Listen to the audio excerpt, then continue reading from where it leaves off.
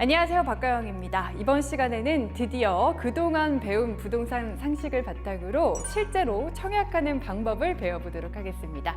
오늘도 역시나 김인만 소장님과 함께합니다. 안녕하세요, 소장님. 안녕하세요. 네, 내 집을 마련하는 방법이 여러 가지가 있지만 그래도 역시나 가장 쉬운 방법, 가장 접근하기 쉬운 방법은 청약이 아닐까 싶습니다. 네, 맞습니다. 청약 같은 경우는 계약금 10%만 내고요. 당첨이 되면 계약금 10% 내고 그 공사하는 기간 2, 3년 동안 자금을 준비해서 나중에 입주해도 되고요. 또 전세로 돌려도 되기 때문에 우리 서민들이 내 집 마련하기 가장 손쉬운 방법이 이제 청약입니다. 먼저 최소한 내가 청약하고 싶은 지역, 아파트를 체크를 해보셔야 되고요. 이제 그 아파트가 드디어 나왔습니다. 나온다면 우리가 그 많은 정보를 어떻게 확인하지? 자격이 될까? 뭐 전매 제한이 걸릴까? 뭐 여러 가지 궁금하잖아요. 분양가는 얼마일까? 어떻게 어디다 다 알아보지? 막막할 수가 있는데 입주자 모집 공고라고 있습니다. 입주자 모집 공고 안에는요. 주소도 나오고요. 세대 수가 얼마냐, 또 구성 면적이 어떻게 되느냐, 분양가가 얼마냐, 자격 요건, 전매 제한, 재당첨 제약, 옵션은 어떻게 되고 모든 내용들이 입주자 모집 공고 안에 다 들어가 있기 때문에 저는 반드시 입주자 모집 공고를 우리가 인터넷에 들어가면 다운을 받을 수가 있거든요. 건설사 홈페이지 들어가면 다운을 받을 수가 있기 때문에 그래서 저는 A3 정도 좀 크게 출력을 해서 커피 한 잔 마시면서 이렇게 좀 형광펜으로 중요한 건 좀 칠도하면서 공부를 좀 하고 청약을 하는 게 좋을 것 같습니다. 신중해야 한다. 맞습니다. 네, 그리고 또 하나, 입주자 모집 공고를 통해서 정보를 공부하기 전에 네. 저는 모델하우스부터 달려가서 네. 일단은 좀 뭔가 비주얼부터 보게 될 것 같습니다. 네네. 근데 이렇게 모델하우스 가서 좀 구경을 할 때 뭔가 정보 확인을 필수적으로 해야 하는 것들이 또 있을까요? 우리가 모델하우스의 개념부터 좀 알고 있어야 되는데요. 저는 영화 보는 거 굉장히 좋아하거든요.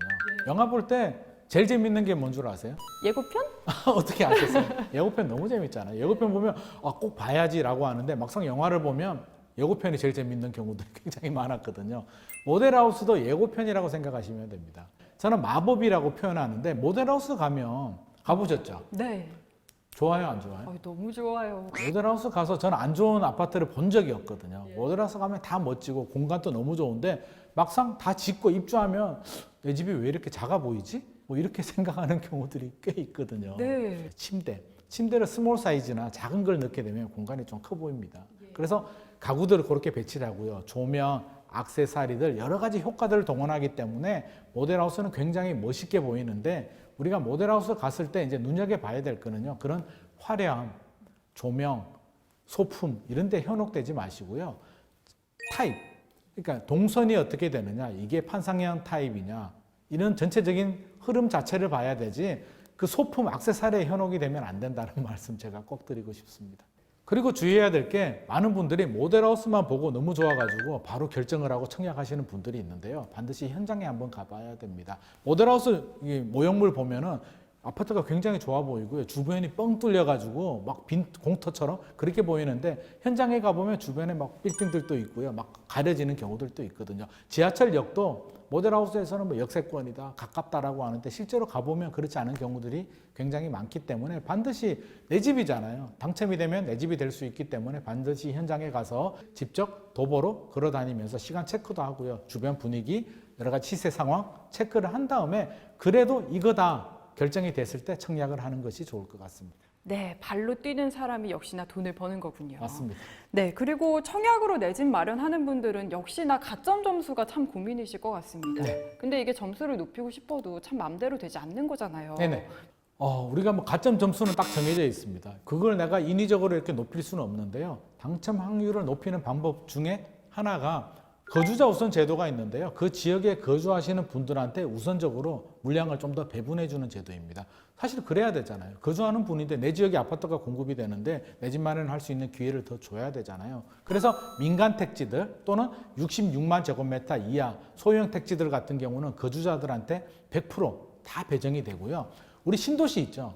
3기 신도시 들어보셨죠? 예. 3기 신도시 같은 큰 택지지구 66만 제곱미터 이상의 큰 택지지구 같은 경우는 한 지역한테 다 몰아주면 안 되잖아요. 그렇기 때문에 거주자한테 30%, 경기도민한테 20%, 서울, 경기, 인천 거주자한테 50% 나머지 물량을 이렇게 배정을 해줍니다. 예를 들어서 3기 신도시 한번 예를 들어 볼게요. 3기 신도시 중에 하남 교산 신도시가 있거든요.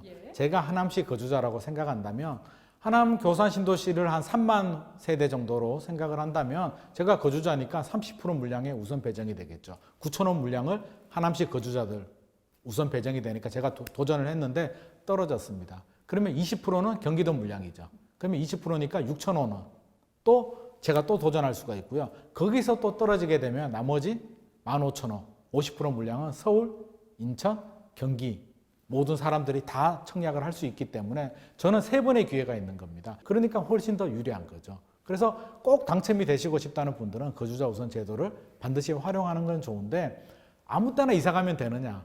그건 아니고요. 지자체마다 1년에서 2년의 기간을 주기 때문에 본 청약 전에 미리 1년, 2년 전에 이사를 가셔서 거주자 우선 자격 요건이 된다면 확률이 한층 더 올라갈 수 있을 것 같습니다. 그리고 청약할 때 또 선택해야 하는 게 옵션인데 네. 뭔가 비싸서 고민이 되기도 하고 네네. 한편으로는 괜히 선택 안 했다가 나중에 후회하는 거 아니야? 라는 고민을 하는 사람도 있어요. 네네, 맞습니다. 주변에 많거든요. 네. 이건 어떻게 해결을 해야 되는 문제일까요? 우리가 청약을 할 때 선택해야 될 게 두 종류가 있거든요. 하나는 이제 타입, 앞서서 설명드렸듯이 판상형, 포베이 판상형 구조나 타워형 구조냐를 선택해야 되는데 많은 사람들이 선호하니까 제가 판상형 구조를 하시라고 말씀을 드렸고요.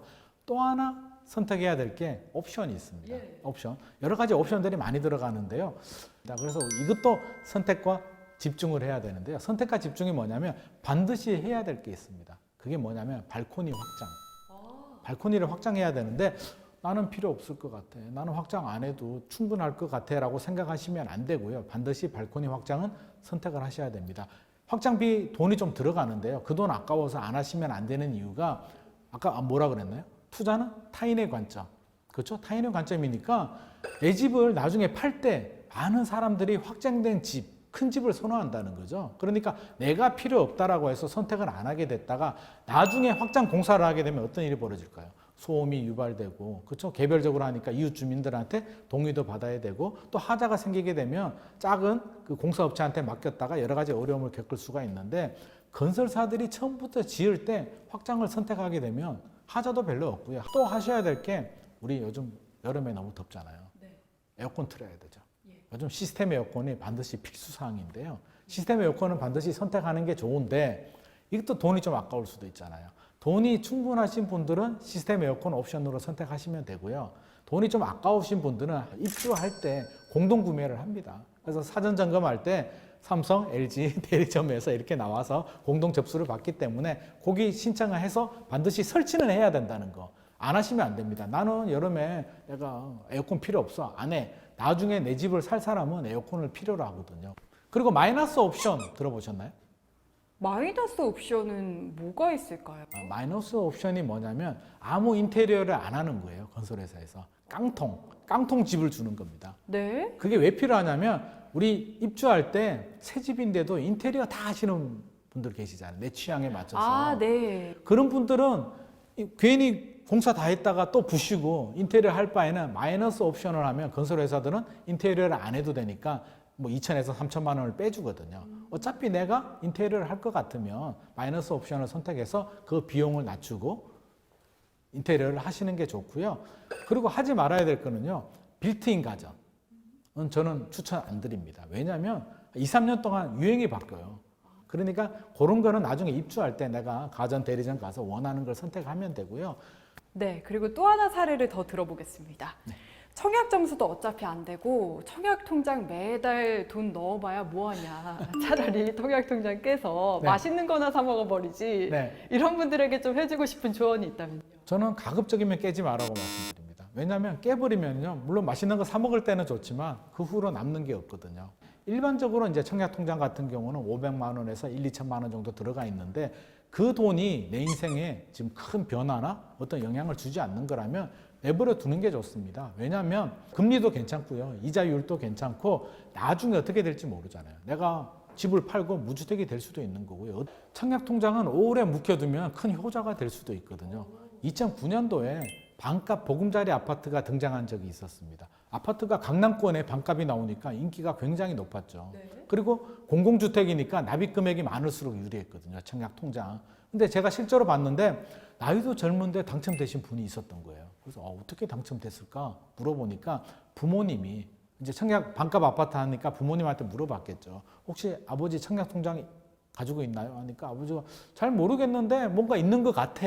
확인해 보니까 오래 묵혀뒀던 청약통장이 있었던 거예요. 그래서 아버지가 청약을 해서 당첨이 된 경우를 봤거든요. 그러니까 당장 필요가 없더라도 그 1,000만 원, 2,000만 원이 지금 당장 꼭 중요하고요. 그게 없어서 안 될 분들이라면 뭐 해지를 해야겠죠. 해지를 해야 되겠지만 그게 아닌 분들이라면 저는 그냥 묵혀두시고 더 중요한 거는 10만 원씩 계속 납입을 하셔라.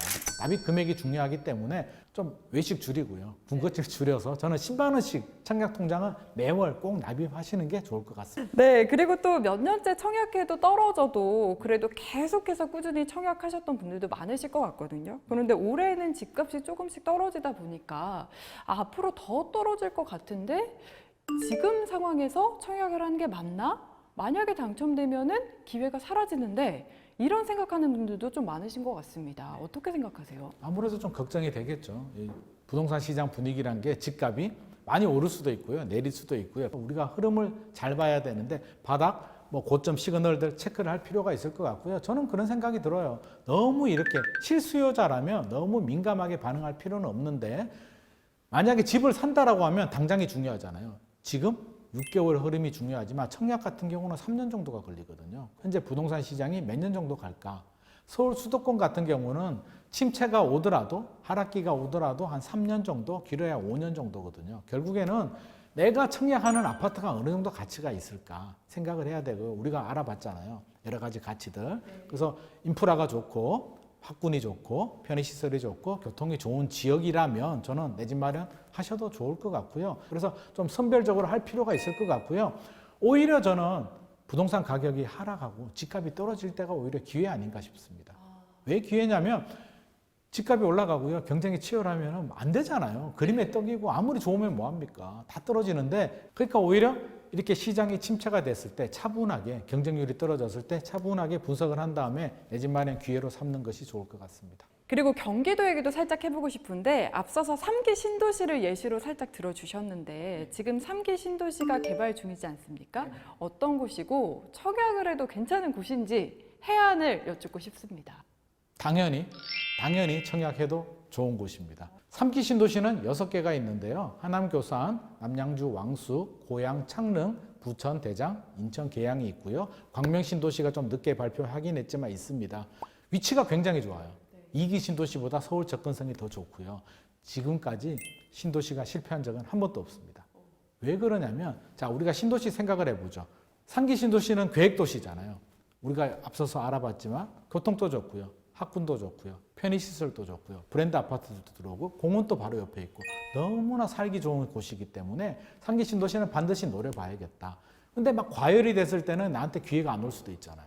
오히려 주택시장이 좀 침체가 되거나 이렇게 될 때는 경쟁률이 낮아지기 때문에 3기 신도시는 반드시 관심을 가져야 되고 기회가 되시는 분들은 반드시 또 청약을 하셔야 됩니다. 제가 또 하나의 팁을 드리면 혹시라도 집이 하나 1주택자들 집이 하나 있는 분들은 당첨 기회가 없잖아요. 무주택이 아니기 때문에 안 되는데 신도시 같은 경우에 제가 앞서서 주택시장이 침체가 되면 인기가 떨어질 수도 있다고 하잖아요. 그때가 언제가 오냐면 본청약을 하고요. 입주할 때 정도 되면 이제 바닥 비슷하게 흘러갑니다. 주택시장 분위기가 안 좋으니까 분양 받으신 분들이 불안한 마음에 분양권을 내놓을 수도 있고요. 집 하나 가지고 계시는 분들도 그때 신도시로 갈아탈 수 있는 좋은 기회가 옵니다.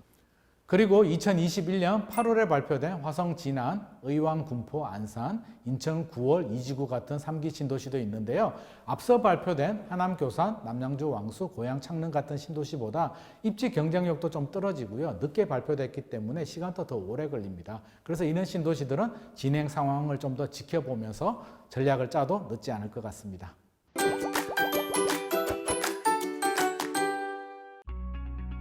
네, 알겠습니다. 남과 똑같이 행동하면 기회가 오지 않는다. 또 이야기를 듣다 보니까 이런 생각도 드네요. 저도 무주택자로서 꼭 이 강의를 반복해서 복습을 하면서 꼭 내 집 마련의 꿈을 이루도록 하겠습니다.